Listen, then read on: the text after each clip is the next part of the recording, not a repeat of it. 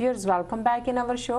And doctor साहब ਤੁਹਾਡਾ ਬਹੁਤ-ਬਹੁਤ ਧੰਨਵਾਦ ਤੁਸੀਂ ਸਾਡੇ ਦਰਸ਼ਕਾਂ ਵੱਲੋਂ ਆਈਆਂ ਈਮੇਲਸ ਉੱਪਰ ਆਪਣੇ ਵਿਚਾਰਾਂ ਦੀ ਰੋਸ਼ਨੀ ਪਾਈ ਤੇ ਹੁਣ ਅਸੀਂ ਈਮੇਲ ਦਾ ਸਿਲਸਿਲਾ ਖਤਮ ਕਰਕੇ ਤੇ ਸਵਾਲ ਜਵਾਬ ਦਾ ਸੈਸ਼ਨ ਸ਼ੁਰੂ ਕਰਦੇ ਹਾਂ ਜੀ। ਤੇ ਅੱਜ 21 ਜੇਠ ਨਾਨਕਸ਼ਾਹੀ ਸੰਮਤ 545 ਦਾ ਦਿਨ ਹੈ ਤੇ ਹੁਣ ਸਾਡੇ ਦਰਸ਼ਕਾਂ ਨੂੰ ਦੱਸੋ ਅੱਜ ਦੇ ਦਿਨ ਦੀ ਇਤਿਹਾਸਿਕ ਅਹਿਮੀਅਤ ਕੀ ਹੈ। 3 ਜੂਨ 1947 ਨੂੰ ਲਾਰਡ ਮਾਊਂਟਬੈਟਨ ਜਿਹੜਾ ਕਿ ਲਾਰਡ ਵਾਵਲ ਤੋਂ ਬਾਅਦ ਗਵਰਨਰ ਜਨਰਲ ਬਣ ਕੇ ਆਇਆ ਜੀ ਹਿੰਦੁਸਤਾਨ ਦਾ, उसने एक फार्मूला दिता।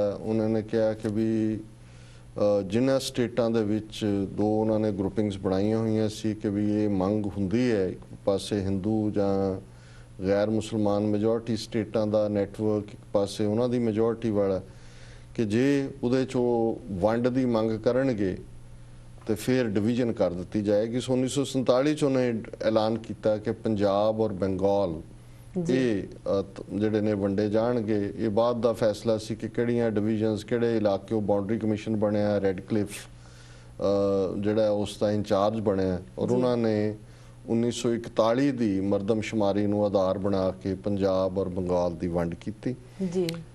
1984 ਚ ਕਿਉਂਕਿ ਧਰਮ ਯੁੱਧ ਮੋਰਚਾ ਚੱਲ ਰਿਹਾ ਸੀ 1982 ਤੋਂ, और 3 जून तक 2,35,000 ਜਿਹੜੇ ਵਲੰਟੀਅਰਸ ਦੀ ਗਿਣਤੀ ਹੋ ਗਈ ਸੀ ਜਿਨ੍ਹਾਂ ਨੇ ਗ੍ਰਿਫਤਾਰੀ ਦਿੱਤੀ ਸੀ ਧਰਮ ਯੁੱਧ ਮੋਰਚੇ 'ਚ ਜੀ। ਔਰ ਅਕਾਲੀਆਂ ਨੇ ਐਲਾਨ ਕੀਤਾ ਹੋਇਆ ਸੀ ਕਿ 3 ਜੂਨ 1984 ਤੋਂ ਸਿਵਲ ਨਾਫਰਮਾਨੀ ਦੀ ਲਹਿਰ ਜਿਹੜੀ ਹੈ ਪੰਜਾਬ ਸ਼ੁਰੂ ਕੀਤੀ ਜਾਏਗੀ। ਇੱਕ ਵੱਡੇ ਜਥੇ ਨੇ ਗ੍ਰਿਫਤਾਰੀ ਵੀ ਦੇਣੀ ਸੀ ਉਸ ਦਿਨ, ਪਰ ਨਾਲ ਹੀ ਉਹਨਾਂ ਨੇ ਕਿਹਾ ਸੀ ਕਿ ਸਿਵਲ ਨਾਫਰਮਾਨੀ ਦੇ ਤਹਿਤ ਪੰਜਾਬ ਚੋਂ ਅੰਨ ਦਾ ਕੋਈ ਵੀ ਦਾਣਾ ਜਿਹੜਾ ਪੰਜਾਬ ਤੋਂ ਬਾਹਰ ਨਹੀਂ ਜਾਣ ਦਿੱਤਾ ਜਾਏਗਾ ਜੀ।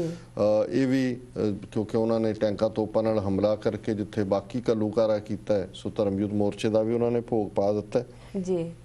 ਵਰਲਡ ਹਿਸਟਰੀ ਦੇ ਹਵਾਲੇ ਨਾਲ 1918 ਦੇ ਵਿੱਚ ਅਮਰੀਕਨ ਸੁਪਰੀਮ ਕੋਰਟ ਨੇ ਇਹ ਰੂਲ ਦਿੱਤਾ ਕਿ ਜਿਹੜੀ ਚਾਈਲਡ ਲੇਬਰ ਹੈ, ਬੱਚਿਆਂ ਤੋਂ ਕੰਮ ਕਰਵਾਉਣੇ, ਇਹ ਅਨਕਨਸਟੀਟਿਊਸ਼ਨਲ ਹੈ, ਗੈਰ ਸੰਵਿਧਾਨਕ ਹੈ ਜੀ। 1946 ਦੇ ਵਿੱਚ ਯੂਨਾਈਟਿਡ ਸਟੇਟਸ ਦੇ ਸੁਪਰੀਮ ਕੋਰਟ ਨੇ ਫੈਸਲਾ ਸੁਣਾਇਆ ਕਿ ਰੇਸ ਸੈਪਰੇਸ਼ਨ ਬੱਸਾਂ ਦੇ ਵਿੱਚ ਨਹੀਂ ਹੋ ਸਕਦੀ। ਉਦੋਂ ਤੱਕ ਇਹ ਸੀ ਕਿ ਬੱਸਾਂ ਦੇ ਵਿੱਚ ਗੋਰਿਆਂ ਦੇ ਲਈ ਅੱਡ ਸੀਟਾਂ ਸਨ, ਕਾਲਿਆਂ ਦੇ ਲਈ ਅੱਡ ਸੀਟਾਂ ਸਨ। ਰੈਸਟੋਰੈਂਟਾਂ ਵਿੱਚ ਵੀ ਉਹ ਇਕੱਠੇ ਨਹੀਂ ਸੀ ਬਹਿ ਸਕਦੇ, ਯੂਨੀਵਰਸਿਟੀਆਂ ਕਾਲਜਾਂ 'ਚ ਤਾਂ ਹੈ ਹੀ ਸਨ। ਹਾਲਾਂਕਿ ਉਸ ਤੋਂ ਬਾਅਦ ਵੀ ਇਹ ਜਾਰੀ ਰਹੀ ਜਦੋਂ ਤੱਕ 1960ਵਿਆਂ ਦੇ ਸਿਵਲ ਲਿਬਰਟੀਜ਼ ਜਿਹੜੇ ਨੇ ਅੰਦੋਲਨ ਨਹੀਂ ਚੱਲੇ ਔਰ ਲਾਅ ਨਹੀਂ ਬਣੇ। ਪਰ 1946 ਚ ਸੁਪਰੀਮ ਕੋਰਟ ਨੇ ਅਮਰੀਕਾ ਦੇ ਨੇ ਇਹਨਾਂ ਨੂੰ ਅਨਕਨਸਟੀਟਿਊਸ਼ਨਲ ਕਿਹਾ ਸੀ। 1959 ਦੇ ਵਿੱਚ ਸਿੰਗਾਪੁਰ ਨੇ ਜਿਹੜਾ ਕਿ ਕਦੇ ਮਲੇਸ਼ੀਆ ਦਾ ਹੀ ਹਿੱਸਾ ਸੀ ਔਰ ਬਾਅਦ ਦੇ ਵਿੱਚ ਮਲੇਸ਼ੀਆ ਔਰ ਸਿੰਗਾਪੁਰ ਦੋ ਅੱਡ-ਅੱਡ ਦੇਸ਼ ਬਣੇ। ਸਿੰਗਾਪੁਰ ਨੇ ਆਪਣਾ ਸੰਵਿਧਾਨ ਜਿਹੜਾ ਹੈ ਉਹ ਅਡਾਪਟ ਕੀਤਾ ਜੀ। 1970 ਦੇ ਵਿੱਚ ਪਹਿਲੀ ਵਾਰ ਆਰਟੀਫਿਸ਼ੀਅਲ ਜੀਨ ਜਿਹੜਾ ਹੈ ਅੱਜ ਇਸ ਲੈਵਲ ਤੇ ਜਿਹੜੀ ਸਾਇੰਸ ਆਫ ਜੈਨੇਟਿਕਸ ਚਲੀ ਗਈ ਹੈ ਕਿ ਕਲੋਨਿੰਗ ਹੋਣ ਲੱਗ ਗਈ ਹੈ, ਇੱਕ ਬਰਾਬਰ ਦਾ ਉਸੇ ਹੀ ਜੀਨ ਚੋਂ DNA ਚੋਂ ਇੱਕ ਬੀਇੰਗ ਬਣ ਜਾਂਦਾ ਹੈ। ਪਰ ਪਹਿਲੀ ਵਾਰੀ ਦੀ ਬ੍ਰੇਕ ਥਰੂ ਔਰ ਉਦੋਂ ਵੀ DNA ਪਹਿਲੀ ਵਾਰ ਡਾਕਟਰ ਹਰਗੋਬਿੰਦ ਖੁਰਾਨਾ ਔਰ ਉਹਨਾਂ ਦੀ ਟੀਮ ਨੇ ਜਿਹੜਾ ਉਸ ਨੂੰ ਲੱਭਿਆ ਸੀ। ਸੋ ਉਹ ਸ਼ੁਰੂਆਤ ਜਿਹੜਾ ਪਹਿਲਾ ਆਰਟੀਫਿਸ਼ੀਅਲ ਜੀਨ 1970 ਦੇ ਵਿੱਚ ਸਿੰਥੇਸਾਈਜ਼ ਹੋਇਆ।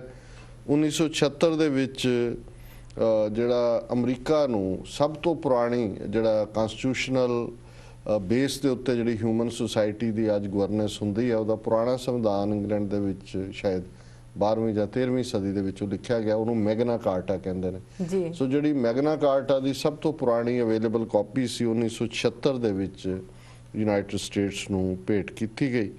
ਔਰ ਜੂਨ 84 ਜਿਵੇਂ ਅਸੀਂ ਗੱਲ ਕਰਕੇ ਹਟੇ ਹਾਂ, ਇਹ ਸਿਰਫ ਸਿੱਖ ਹਿਸਟਰੀ ਦਾ ਦਿਨ ਨਹੀਂ ਹੈ ਜੀ, ਇਹ ਘੱਲੂਘਾਰਾ ਹੌਲੋਕਾਸਟ ਵਰਲਡ ਹਿਸਟਰੀ ਦੇ ਵਿੱਚ ਹਮੇਸ਼ਾ ਇਸ ਨੂੰ ਥਾਂ ਮਿਲੇਗੀ ਕਿ ਕਿਵੇਂ ਇੱਕ ਦੇਸ਼ ਦੇ ਸੂਬੇ ਨੂੰ ਅੱਡ ਕਰ ਦਿੱਤਾ ਗਿਆ ਬਾਕੀ ਦੁਨੀਆ ਨਾਲੋਂ ਜੀ। ਸਭ ਬਾਹਰ ਜਿਹੜੇ ਪੱਤਰਕਾਰ ਸੀ ਬਾਹਰਲੇ ਉਹ ਵੀ ਉਧਰੋਂ ਕੱਢ ਦਿੱਤੇ ਗਏ, ਪੈਦਲ ਚੱਲਣ ਤੱਕ ਤੇ ਪਾਬੰਦੀ ਲਾ ਦਿੱਤੀ ਗਈ ਜੀ। ਔਰ ਕਿਵੇਂ ਉਸ ਸੂਬੇ ਨੂੰ ਸਾਰੇ ਦੇਸ਼ ਨਾਲੋਂ ਕੱਟ ਕੇ ਇੱਕ ਛੋਟੀ ਜਿਹੀ ਕੌਮ ਦੀ ਕਿਵੇਂ ਨਸਲਕੁਸ਼ੀ ਕੀਤੀ ਗਈ ਜੀ, ਕਿਵੇਂ ਉਹਨਾਂ ਦਾ ਇਤਿਹਾਸ ਤਬਾਹ ਕੀਤਾ ਗਿਆ, ਕਿਵੇਂ ਸਿੱਖ ਰੈਫਰੈਂਸ ਲਾਇਬ੍ਰੇਰੀ ਲੁੱਟੀ ਗਈ, ਸਾੜੀ ਗਈ, ਕਿਵੇਂ ਜਿਹੜੇ ਸਿੱਖ ਪੰਜਾਬ ਚੋਂ ਇਹ ਸੁਣ ਕੇ ਕਿ ਹਰਮੰਦਰ ਸਾਹਿਬ ਤੇ ਹਮਲਾ ਹੋ ਰਿਹਾ ਹੈ ਜਾਂ ਹੋਇਆ ਉਹ ਤੁਰੇ, ਉਹਨਾਂ ਨੂੰ ਰਾਹਾਂ 'ਚ ਰੋਕ ਕੇ ਮਾਰਿਆ ਗਿਆ। ਔਰ ਕਿਵੇਂ ਇਸ ਸਾਰੇ ਦੇ ਉੱਤੇ ਕੋਈ ਵੀ ਨਾ ਮਾਰਿਆ ਗਿਆ ਨੂੰ, ਜਿਹੜੇ ਮਾਰੇ ਉਹਨਾਂ ਨੂੰ ਮਿਊਨਿਸਪਲ ਕਮੇਟੀਆਂ ਦੇ ਜਿਹੜੇ ਨੇ ਉਹ ਟਰੱਕ ਸੱਦ ਕੇ ਉਹਨਾਂ ਸ਼ਰਾਬਾਂ ਦੇ ਕੇ ਉਹਨਾਂ ਕੂੜਾ ਢੋਣ ਵਾਲਾ ਉਹਨਾਂ ਟਰੱਕਾਂ 'ਚ ਢੋਇਆ ਗਿਆ, ਮਿੱਟੀ ਦਾ ਤੇਲ ਪਾ ਕੇ ਸਾੜੇ ਗਏ, ਕਿੰਨੇ ਮਾਰੇ, ਕਿੰਨੇ ਰੋੜੇ, ਉਹਦਾ ਕੋਈ ਹਿਸਾਬ ਨਹੀਂ। ਸੋ ਇਹ ਜਿਹੜੀ ਵਰਸਟ ਘੱਲੂਕਾਰਾ ਜੋ ਕਿ ਦੌਰ ਦਾ ਇੱਕ ਅਖੌਤੀ ਸਿਵਲਾਈਜ਼ਡ ਇੱਕ ਸਭ ਤੋਂ ਵੱਡੇ ਲੋਕਤੰਤਰ ਦੇ ਨਾਂ ਥੱਲੇ ਵਰਤਾਇਆ ਗਿਆ, ਇਹ ਦੁਨੀਆ ਦੇ ਇਤਿਹਾਸ ਦਾ ਇੱਕ ਬਹੁਤ ਵੱਡਾ ਕਾਲਾ ਦਿਨ ਹੈ। ਜੀ ਡਾਕਟਰ ਸਾਹਿਬ, ਤੁਹਾਡਾ ਬਹੁਤ ਬਹੁਤ ਧੰਨਵਾਦ, ਤੁਸੀਂ ਅੱਜ ਦੀ ਹਿਸਟਰੀ ਸਾਡੇ ਦਰਸ਼ਕਾਂ ਨਾਲ ਸਾਂਝੀ ਕੀਤੀ। ਤੇ ਸਾਡੇ ਪਹਿਲੇ ਸਵਾਲ ਵਿੱਚ ਹੈ, ਪਿੰਡਰਾਂ ਵਾਲਿਆਂ ਦਾ ਨਾਮ ਯਾਦਗਾਰ ਤੋਂ ਮਿਟਾਉਣ ਆਏ ਸ਼ਿਵ ਸੈਨਿਕ 10 ਮਿੰਟਾਂ 'ਚ ਤਿੱਤਰ ਹੋ ਗਏ, ਇਸ ਬਾਰੇ ਤੁਹਾਡੇ ਕੀ ਕਮੈਂਟਸ ਹਨ? ਦੇਖੋ, ਇਹ ਸਾਰੇ ਮੀਡੀਆ ਨੇ ਰਿਪੋਰਟ ਕੀਤੀ ਹੈ ਕਿ 90 ਕੁ ਦੇ ਕਰੀਬ ਜਿਹੜੇ ਸ਼ਿਵ ਸੈਨਿਕ ਨੇ ਉਹ ਭੰਡਾਰੀ ਪੁਲ ਅੰਮ੍ਰਿਤਸਰ ਤੋਂ ਦਰਬਾਰ ਸਾਹਿਬ ਵੱਲ ਜਾ ਰਹੇ ਸੀ ਕਿ ਜੀ ਅਸੀਂ ਜਿਹੜੀ ਸ਼ਹੀਦੀ ਯਾਦਗਾਰ ਦੇ ਬਾਹਰ ਜਿਹੜੀ ਸਿੱਲ ਲੱਗੀ ਹੈ ਸੰਤਾਂ ਦੇ ਨਾਮ ਵਾਲੇ, ਉਤੋਂ ਉਹਨਾਂ ਦਾ ਨਾਮ ਮਿਟਾਉਣਾ ਹੈ ਜੀ। ਤੇ ਜਦੋਂ ਹਾਲਗੇਟ ਤੇ ਕੋਲ ਪਹੁੰਚੇ ਤੇ ਜਿਹੜਾ ਪੁਲਿਸ SHO ਸੀ, ਪੁਲਿਸ ਦੀ ਪਾਰਟੀ ਨੇ ਉਹਨਾਂ ਨੂੰ ਰੋਕਿਆ ਤੇ ਉਹਨਾਂ ਨੇ ਕਿਹਾ ਜੀ ਤੁਸੀਂ ਅੱਗੇ ਨਹੀਂ ਜਾ ਸਕਦੇ, ਅੱਗੇ ਤਾਂ ਫਿਰ ਫਸਾਦ ਹੋ ਜਾਏਗਾ। ਉਹਨੇ ਕਿਹਾ ਨਹੀਂ ਜੀ ਅਸੀਂ ਜਾਣਾ ਹੀ ਹੈ। ਤੇ ਉਹਨੇ, ਮੇਰਾ ਖਿਆਲ ਹੈ ਕੋਈ ਰੰਗੀਨ ਤਬੀਅਤ ਹੀ ਹੋਏਗਾ ਜਾਂ ਇਹਨਾਂ ਦੀ ਕਿੰਨੀ ਕੁ ਔਕਾਤ ਹੈ ਉਹ ਤੋਂ ਜਾਣੂ ਹੋਏਗਾ, ਉਹਨੇ ਸ਼ਰਤ ਰੱਖ ਦਿੱਤੀ। ਉਹਨੇ ਕਿਹਾ ਜੀ ਠੀਕ ਹੈ, ਤੁਸੀਂ ਜੇ ਜਾਣਾ ਹੈ ਦਰਬਾਰ ਸਾਹਿਬ ਪ੍ਰੋਟੈਸਟ ਕਰ, ਮੈਂ ਆਪ ਤੁਹਾਨੂੰ ਲੈ ਕੇ ਜਾਵਾਂਗਾ, ਤੁਸੀਂ ਆ ਸੜਕ ਦੇ ਉੱਤੇ 10 ਮਿੰਟ ਪਹਿਲਾਂ ਬਹਿ ਕੇ ਧਰਨਾ ਦੇ ਲਓ। ਜੀ। ਔਰ ਉਹਦੇ ਚ ਕਿਉਂਕਿ ਉਹਨਾਂ ਦਿਨਾਂ ਚ ਟੈਂਪਰੇਚਰ ਬਹੁਤ ਜ਼ਿਆਦਾ ਸੀ, ਗਰਮੀ, ਉਹ ਬੈਠ ਗਏ। ਉਹਨਾਂ ਨੇ ਕਿਹਾ ਜੀ ਠੀਕ ਹੈ, ਐਗਰੀਡ ਹੋ ਗਿਆ ਸਮਝੌਤਾ। ਉਹ 5-7 ਮਿੰਟ ਬਾਅਦ ਹੀ ਚੀਕਾਂ ਮਾਰਦੇ ਉੱਠ ਕੇ ਦੌੜ ਗਏ, ਉੱਥੇ ਥੱਲੇ ਕਿੱਥੇ ਬੈਠੇ ਜਾਣਾ ਸੀ। ਸੋ ਇਸ ਨੂੰ ਖਬਰ ਵੀ ਜਿਹੜਾ ਸਾਰੇ ਕਿਨੇ ਫਨੀ ਅੰਦਾਜ਼ 'ਚ ਲਾਇਆ ਕਿ ਕਿਵੇਂ ਤਿੱਤਰ ਹੋਏ। ਸੋ ਉਸ ਤੋਂ ਅੰਦਾਜ਼ਾ ਲਾ ਲਓ ਵੀ ਕਿੰਨੀ ਕਿ ਕਮਿਟਮੈਂਟ ਵਾਲੇ ਲੋਕ ਨੇ, ਏਜੰਸੀਆਂ ਦੇ ਖੜੇ ਕੀਤੇ ਹੋਏ ਉਹਨਾਂ ਦੇ ਤਨਖਾਹੀਏ ਨੇ, ਔਰ ਇਹ ਆ ਕੇ ਇਸ ਕਿਸਮ ਦੀ ਜਿਹੜੀ ਆ ਸ਼ਰਾਰਤ ਕਰਨਾ ਚਾਹੁੰਦੇ ਨੇ ਹਰ ਥਾਂ। ਪੰਜਾਬ ਦੀ ਫਿਜ਼ਾ ਦੇ ਵਿੱਚ ਪਹਿਲਾਂ ਵੀ ਇਹਨਾਂ ਨੇ ਕਦੇ ਕੋਈ ਪਟਿਆਲੇ 'ਚ ਬੈਠਾ ਪਵਨ ਕੁਮਾਰ ਸੀ, ਕਦੇ ਕੋਈ ਕਾਲੀ ਚਰਨ ਸੀ ਲੁਧਿਆਣੇ 'ਚ, ਇਸ ਕਿਸਮ ਦੇ ਖੜੇ ਕੀਤੇ ਹੋਏ ਸੀ। ਸੋ ਇਹ ਹੁਣ ਫੇਰ ਜਿਹੜਾ ਇੱਕ ਪਾਸੇ ਏਜੰਸੀਆਂ ਆਪਣੀ ਗੇਮ ਖੇਡ ਰਹੀਆਂ ਨੇ ਕਿ ਇਹਨਾਂ ਨੂੰ ਭੜਕਾਟ ਪੈਦਾ ਕਰਨ ਦੇ ਲਈ ਰੱਖਿਆ ਹੋਇਆ ਹੈ, ਦੂਸਰੇ ਪਾਸੇ ਬਾਦਲ ਰਾਹੀਂ ਜਿਹੜਾ ਉਹ ਜਿਹੜੀ ਸੱਚ ਦੀ ਆਵਾਜ਼ ਬੁਲੰਦ ਕਰਨ ਵਾਲੇ ਨੇ ਉਹਨਾਂ ਨੂੰ ਜੇਲ੍ਹਾਂ 'ਚ ਤੁੰਨਿਆ ਜਾ ਰਿਹਾ, ਔਰ ਇਹਨਾਂ ਨੂੰ ਖੁੱਲੀ ਛੁੱਟੀ ਦਿੱਤੀ ਹੋਈ ਹੈ, ਜੋ ਮਰਜ਼ੀ ਹੈ ਬਿਆਨਬਾਜ਼ੀਆਂ ਕਰਨ ਔਰ ਸ਼ਰਾਰਤਾਂ ਕਰਨ। ਜੀ, ਸਾਡਾ ਅਗਲਾ ਸਵਾਲ ਹੈ, ਪੰਜਾਬ ਵਿੱਚ ਖਾੜਕੂ ਦੌਰ ਵਿੱਚ ਮਾਰੇ ਗਏ ਲੋਕਾਂ ਲਈ ਦੁਰਗਿਆਨਾ ਮੰਦਿਰ ਵਿੱਚ ਯਾਦਗਾਰ ਬਣੇਗੀ, ਇਸ ਬਾਰੇ ਤੁਹਾਡੇ ਕੀ ਕਮੈਂਟਸ ਹਨ? ਦੇਖੋ, ਇਹ ਉਸੇ ਹੀ ਸ਼ਰਾਰਤ ਦਾ ਜਿਹੜਾ ਸ਼ਿਵ ਸੈਨਿਕਾਂ ਦੀ ਗੱਲ ਕਰਕੇ ਹਟੇ ਜੀ ਕਿ ਹਰਮੰਦਰ ਸਾਹਿਬ ਕੰਪਲੈਕਸ ਦੇ ਵਿੱਚ ਕਿਵੇਂ 29 ਸਾਲ ਲੱਗ ਗਏ ਜੀ, ਕਦੋਂ ਦਾ ਸ਼੍ਰੋਮਣੀ ਕਮੇਟੀ ਦਾ ਮਤਾ ਸੀ, ਟੈਂਕਾਂ ਤੋਪਾਂ ਨਾਲ ਹਮਲੇ 'ਚ ਮਾਰੇ ਤਾਂ ਸਿੱਖ ਗਏ ਬੇਗੁਨਾਹ, ਔਰ ਸਰਕਾਰ ਨੇ ਯਤਨ ਕੀਤਾ ਕਿ ਉੱਥੋਂ ਹਰ ਯਾਦ ਮਿਟਾ ਦਿੱਤੀ ਜਾਏ। ਅਕਾਲੀਆਂ ਨੇ ਕੋਆਪਰੇਟ ਕੀਤਾ, ਮੰਗ ਸਿੱਖਾਂ ਦੀ ਜੀ, ਨਸਲਕੁਸ਼ੀ ਸਿੱਖਾਂ ਦੀ ਹੋਈ। ਹੁਣ ਇਹ ਜਿਹੜੇ ਸ਼ਰਾਰਤੀ ਤੱਤ ਨੇ ਜਿਨ੍ਹਾਂ ਦੀ ਅਲਟੀਮੇਟਲੀ ਖੇਡ ਏਜੰਸੀਆਂ ਦੇ ਕਹਿਣ ਤੇ ਹੀ ਹੈ, ਉਹਨਾਂ ਦਾ ਦੁਰਗਿਆਣਾ ਮੰਦਿਰ ਦੀ ਮੈਨੇਜਮੈਂਟ ਕਮੇਟੀ ਨੇ ਜਿਨ੍ਹਾਂ ਦਾ ਪ੍ਰਧਾਨ ਸਤਪਾਲ ਮਹਾਜਨ ਹੈ, ਉਹਨਾਂ ਨੇ ਐਲਾਨ ਕੀਤਾ ਜੀ, ਆਪ ਹੀ ਉਹਨਾਂ ਨੇ ਕਿਹਾ ਜੀ ਇਹ 12 ਸਾਲਾਂ 'ਚ 25,000 ਲੋਕ ਮਾਰੇ ਗਏ। ਔਰ ਕਿਸੇ ਹੋਰ ਥਾਂ ਮੈਂ ਫਿਗਰ ਦੇਖੀ ਜੀ, ਉਹਨਾਂ 'ਚੋਂ ਬਹੁਤੇ ਹਿੰਦੂ ਨੇ, ਔਰ ਉਹਨਾਂ ਨੇ ਕਿਹਾ ਜੀ ਅਸੀਂ ਦੁਰਗਿਆਣਾ ਮੰਦਿਰ ਕੰਪਲੈਕਸ ਸਾਰਿਆਂ ਦੀ ਯਾਦ ਬਣਾਵਾਂਗੇ। ਸੋ ਜ਼ਾਹਰ ਹੈ ਕਿ ਇਹ ਇੱਕ ਤਾਂ ਦੁਰਗਿਆਣਾ ਮੰਦਿਰ ਆਪਣੇ ਆਪ 'ਚ ਹੀ ਜਾਲੀ ਕੰਮ ਹੈ ਜੀ, ਕਿਉਂਕਿ ਮੈਂ ਅੱਗੇ ਇੱਕ ਵਾਰੀ ਇੱਕ ਲਿਖਤ ਲਿਖੀ ਸੀ ਜਿੱਥੋਂ ਕੈਨੇਡਾ ਦੇ ਸਾਡੇ ਕੁਝ ਹਿੰਦੂ ਵੀਰ ਬੜੇ ਔਖੇ ਹੋਏ, ਉਹਨਾਂ ਨੇ ਬੜੀਆਂ ਮੀਟਿੰਗਾਂ ਵੀ ਕੀਤੀਆਂ ਜੀ। ਮੈਂ ਕਿਹਾ ਜੀ ਇਮੈਜਿਨ ਕਰੋ ਕਿ ਮੱਕਾ ਸ਼ਰੀਫ ਇਸਲਾਮ ਦਾ ਮੁਕੱਦਸ ਥਾਂ ਹੈ, ਕੋਈ ਮੱਕੇ ਦੇ ਮਾਡਲ ਜਾਂ ਜਿਵੇਂ ਮੱਕੇ ਦੀ ਲੁੱਕ ਹੈ ਉਸ ਤਰ੍ਹਾਂ ਦਾ ਕੋਈ ਮੱਕਾ ਬਣਾ ਕੇ ਦਿਖਾਏ ਕਿ ਜੀ ਅਸੀਂ ਬਣਾਣਾ, ਤੇ ਫਿਰ ਉਹ ਮੁਸਲਮਾਨ ਦੱਸਣਗੇ ਵੀ ਉਹ ਕਿਸ ਜਿਹੜਾ ਉਹ ਸਲੂਕ ਦਾ ਹੱਕਦਾਰ ਹੈ। ਤੇ ਇੱਥੇ 1920ਵਿਆਂ ਦੇ ਵਿੱਚ ਮਦਨ ਮੋਹਨ ਮਾਲਵੀਆ ਧਨਾੜ ਹਿੰਦੂਆਂ ਨੇ ਰਲ ਕੇ ਹਰਮੰਦਰ ਸਾਹਿਬ ਦੀ ਅਹਿਮੀਅਤ ਨੂੰ ਘਟਾਉਣ ਦੇ ਲਈ ਬਿਲਕੁਲ ਉਸੇ ਸ਼ਕਲ ਔਰ ਸ਼ੇਪ ਦਾ ਕੁਛ ਮੀਲ ਦੂਰ ਜਾ ਕੇ ਦੁਰਗਿਆਣਾ ਮੰਦਿਰ ਬਣਾਇਆ ਜੀ। ਔਰ ਹੁਣ ਜੇ ਯਾਦਗਾਰ ਸਿੱਖ ਬਣਾ ਰਹੇ ਨੇ ਤੇ ਉਹਦੀ ਤਰਜ਼ ਦੇ ਉੱਤੇ ਇਹ ਉੱਥੇ ਜਿਹੜਾ ਇਸ ਕਿਸਮ ਦੀ ਸ਼ਰਾਰਤ ਕਰਨਾ ਚਾਹੁੰਦੇ ਨੇ। ਮੈਂ ਸਮਝਦਾ ਵੀ ਸਿੱਖਾਂ ਨੂੰ ਪਿੱਛੇ ਵੀ ਕਿਸੇ ਨੇ ਮੰਗ ਕੀਤੀ ਹੈ ਇਸ ਬਾਰੇ ਕਿ ਜੀ ਇਹਨੂੰ ਬਦਲੋ ਇਸ ਦੁਰਗਿਆਣੇ ਦੀ ਸ਼ੇਪ ਨੂੰ।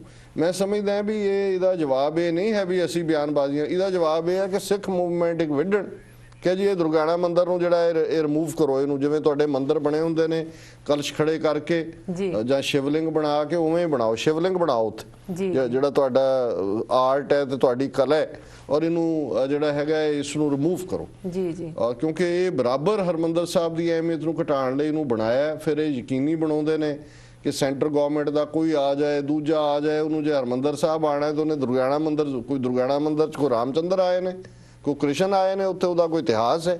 ਜੀ। ਇਹ ਸਿਰਫ ਹਰਮੰਦਰ ਸਾਹਿਬ ਦੀ ਅਹਿਮੀਅਤ ਨੂੰ ਘਟਾਉਣ ਦੇ ਲਈ ਇਹਨੂੰ ਖੜਾ ਕੀਤਾ ਹੋਇਆ, ਔਰ ਹੁਣ ਇਹੀ ਸ਼ਹੀਦੀ ਯਾਦਗਾਰ ਦੀ ਅਹਿਮੀਅਤ ਨੂੰ ਘਟਾਉਣ ਦੇ ਲਈ ਇਹ ਸ਼ਰਾਰਤ ਕਰ ਰਹੇ ਨੇ। ਔਰ ਕਾਊਂਟਰ ਮੂਵਮੈਂਟ ਵੱਢਣੀ ਚਾਹੀਦੀ ਹੈ ਕਿ ਇਹਨੂੰ ਰਿਮੂਵ ਕਰੋ, ਇਹ ਢਾਂਚਾ ਜਿਹੜਾ ਤੁਸੀਂ ਸਾਡੇ ਹਰਮੰਦਰ ਸਾਹਿਬ ਦਾ ਅਪਮਾਨ ਕਰਦੇ ਆ ਉਹਨਾਂ ਦੀ ਸ਼ਕਲ ਦਾ ਆਪਣੇ ਬਰਾਬਰ ਉੱਥੇ ਬਣਾ ਕੇ ਤੁਸੀਂ ਬੈਠੇ ਹੋ। ਜੀ ਡਾਕਟਰ ਸਾਹਿਬ, ਹੁਣ ਸਾਡੇ ਸਵਾਲ ਜਵਾਬ ਤੋਂ ਬਾਅਦ ਸਾਡੇ ਦਰਸ਼ਕਾਂ ਨੂੰ ਦੱਸੋ ਅੱਜ ਦਾ ਵਿਚਾਰ। ਅਸੀਂ ਘੱਲੂਘਾਰੇ ਦੀ ਗੱਲ ਕਰਕੇ ਹਟੇ ਜੀ ਔਰ ਬਾਬਾ ਫਰੀਦ ਸਾਨੂੰ ਯਾਦ ਕਰਵਾਉਂਦੇ ਨੇ ਜੀ ਕਿ ਫਰੀਦਾ ਬਾਰ ਪਰਾਇਆ ਬੈਸਨਾ ਸਾਈਂ ਮੁਝੇ ਨਾ ਦੇ, ਜੇ ਤੂੰ ਐਵੇਂ ਰਖਸੀ ਜਿਉ ਸਰੀਰੋਂ ਲੈ। ਜੀ ਕਿ ਕਿਸੇ ਦੇ ਦਰ ਦੇ ਮੂਹਰੇ ਮੈਨੂੰ ਨਾ ਬਿਠਾਈ, ਕਿਸੇ ਦਾ ਮੁਤਾਜ ਨਾ ਕਰੀ। ਜੀ ਬਿਲਕੁਲ। ਤੇ ਜੇ ਕੋਈ ਐਸੀ ਸਥਿਤੀ ਬਣ ਜਾਏ ਕਿ ਮੈਨੂੰ ਮੁਤਾਜੀ ਹੋਏ, ਕਿਸੇ ਦਾ ਮੈਨੂੰ ਮੁਤਾਜ ਹੋਣਾ ਪਏ, ਤੇ ਫਿਰ ਜਿਉ ਸਰੀਰੋਂ ਲੈ, ਫਿਰ ਮੇਰੀ ਜਿੰਦ ਕੱਢ ਲਈ ਜੀ ਤੇ ਮੈਨੂੰ ਕਿਸੇ ਦੀ ਗੁਲਾਮੀ ਨਾ ਦੇਈ। ਹੁਣ ਉਹਨਾਂ ਨੇ ਇਸ ਨੂੰ ਇੱਕ ਇੰਡੀਵਿਜੂਅਲ ਪ੍ਰਾਈਡ ਦੀ ਸੈਂਸ, ਜਾਂ ਜਿਸ ਨੂੰ ਅਸੀਂ ਪ੍ਰਾਈਡ ਵੀ ਨਹੀਂ ਇਸ ਨੂੰ ਸ਼ਬਦ ਕਿਹਾ ਜਾ ਸਕਦਾ, ਸਵੈਮਾਨ, ਕਿ ਜਦੋਂ ਇੱਕ ਰੱਬ ਦਾ ਬੰਦਾ ਹੈ, ਇੱਕ ਫਕੀਰ ਜਿਹੜਾ ਸਿਰਫ ਰੱਬ ਤੋਂ ਮੰਗਦਾ ਹੈ, ਜੇ ਉਸ ਫਕੀਰ ਨੂੰ ਬੰਦੇ ਦਾ ਮੁਤਾਜ ਹੋਣਾ ਪਏ। ਜੀ ਔਰ ਇਹ ਗੱਲ ਦੇਖਣ ਵਾਲੀ ਹੈ ਕਿ ਬੰਦੇ ਦਾ ਬੰਦੀ ਹੋਣਾ, ਬੰਦੇ ਦੀ ਗੁਲਾਮੀ, ਇਹ ਫਕੀਰ ਦਾ ਕੰਮ ਨਹੀਂ ਹੈ।